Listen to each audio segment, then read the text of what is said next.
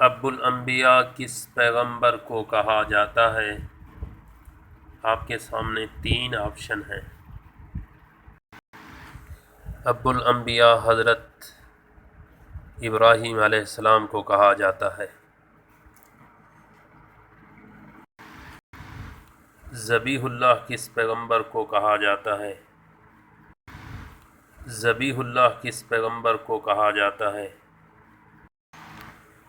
اس کا صحیح جواب ہے حضرت اسماعیل علیہ السلام۔ اس کا صحیح جواب ہے حضرت اسماعیل ابو العرب کس پیغمبر کا دوسرا نام ہے؟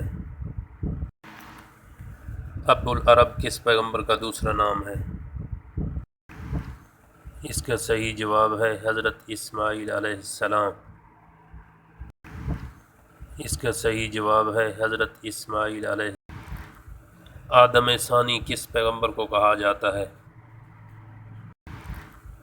آدم ثانی کس پیغمبر کو کہا جاتا ہے؟ آدم ثانی حضرت نوح علیہ السلام کو کہا جاتا ہے۔ آدم ثانی حضرت نوح علیہ السلام کو کہا جاتا ہے۔ ان تمام اسلامی معلومات کو ثواب کی نیت سے شیئر کریں، لائک کریں۔ جزاک اللہ۔ ان تمام